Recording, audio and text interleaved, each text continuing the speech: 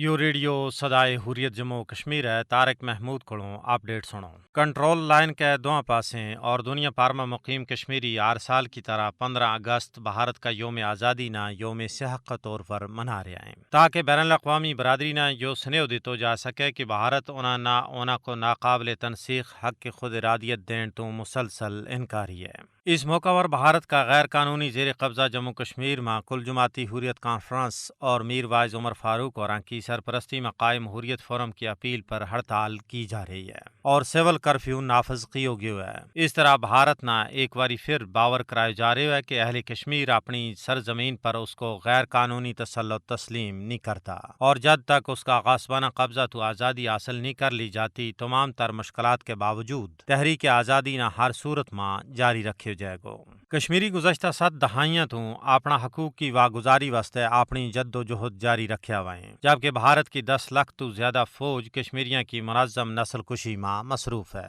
مودی کی انتہا پسند حکومت کشمیریاں تو ان کی شناخت اور مقبوضہ علاقہ کی مسلم اکثریت تبدیل کرنا چاہے، جس واسطے قوانین میں متعصبانہ تبدیلی کی جا رہی ہیں اور غیر کشمیری ہندوانہ کشمیر کا ڈومیسائل جاری کیا جا رہا ہے۔ روزانہ کی بنیاد پر کیا جانے والا بدنام زمانہ محاصرہ اور تلاشی کی کاروائیاں کی آڑ میں جس طرح کشمیری نوجوانوں نہ ماورائے عدالت قتل کیے جا رہے ہوئے اس کی مثال دنیا میں کتے بھی نہیں ملتی۔ بھارت خود اپنا یوم آزادی منا رہے ہوئے لیکن اس کو جموں کشمیر و غاصبانہ قبضوں اور کشمیریاں کا انسانی حقوق کی بدترین پامالی یہ ثابت کرنے واسطے کافی ہیں کہ بھارت نہ تو جمہوری ملک ہے اور نہ ہی بین الاقوامی قوانین کی اس کے نزدیک کوئی اہمیت ہے۔ بھارت مقبوضہ علاقہ میں اپنی فوجی طاقت کا وحشیانہ استعمال کے باوجود کشمیریاں کی حق پر مبنی جد و جہد آزادی نہ کمزور کرنا ناکامی پر بوکھلاٹ اور مایوسی کو شکار ہے۔ 5 اگست 2019 تو بعد جس طرح کشمیریاں کو طویل ترین فوجی محاصروں کیو گیا اور انہوں نے چوکھراں تو بدتر زندگی گزارن پر مجبور کیو گیا،